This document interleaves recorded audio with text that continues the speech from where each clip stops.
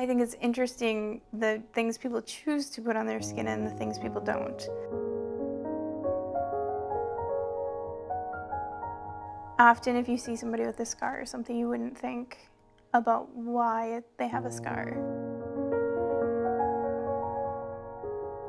I think it's important to know the story behind it and realize that everybody has something.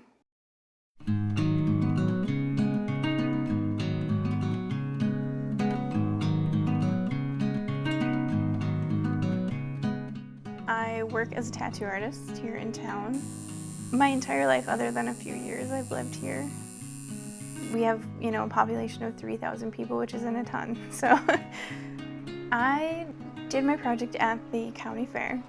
That's one place kind of everybody goes.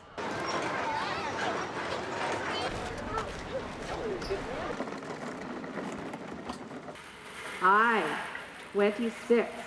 I had my printer camera ready, so if anybody wanted to participate, we could do it right there.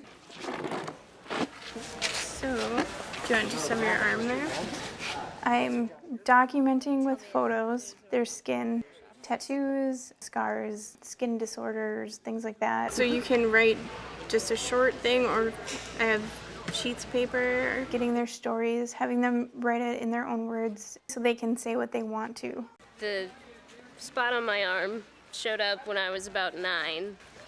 Somehow I managed to keep it a secret from my parents for 2 years. It's called vitiligo. Apparently it's some sort of autoimmune thing.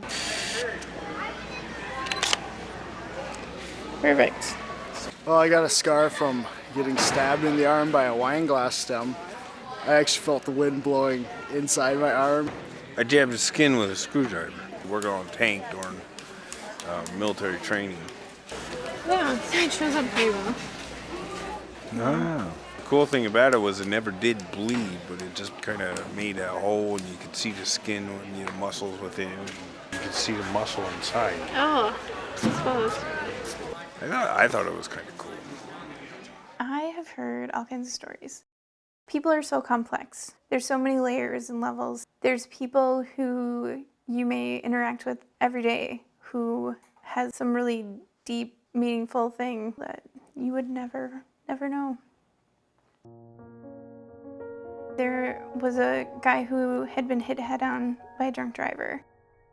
He shattered a bunch of the bones in his legs and feet, and he remembered laying in the snowbank because they were trying to stop him from bleeding so much. A woman I actually know had a mastectomy, and she chose not to have the reconstruction surgery. There were many times when I would look at myself in the mirror and feel mutilated. But once the tattoo necklace was completed, I felt beautiful, like I was a walking piece of art. I've photographed a couple people who've been burned pretty badly. 30 years ago, when someone was relighting a barbecue grill with gasoline, I was burned. God reached down and saved me. One woman, it happened when she was about 13 years old, and to me it was really inspiring because she was very comfortable in her skin. Like she said, it's not any different than her having brown eyes, which I thought that was a great thing to say. I give God all the glory.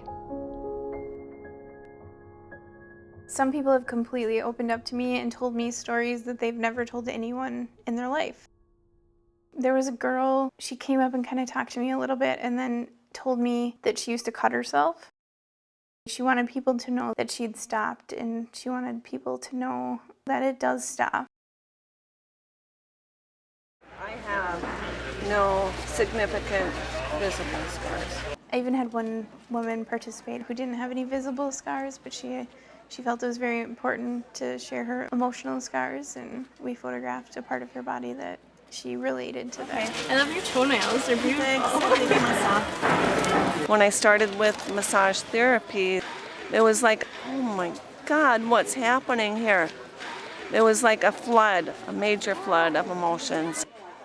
She had suffered abuse. Trying to get past it, that's something that always kind of brought back the memories.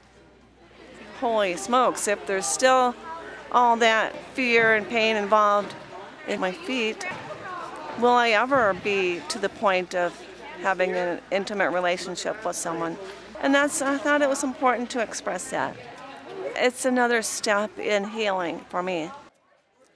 Quite a few people told me it's been a healing process for them, that it feels nice to be able to talk about it rather than having people wonder. Are you on Facebook at all? Uh-huh. Have you found the Facebook page for it? Yeah. Oh, yeah. okay. I want people to try to look at them a little differently too. You know, how some people stare, you know, this kind of makes it okay to stare. They can sit at home alone and look at all these things and see that it's nothing to be scared about or worried about. I mean, to me, all these little differences, things that make us different, are beautiful. The textures and the colors, it's part of your timeline of your life. I think it's a beautiful thing.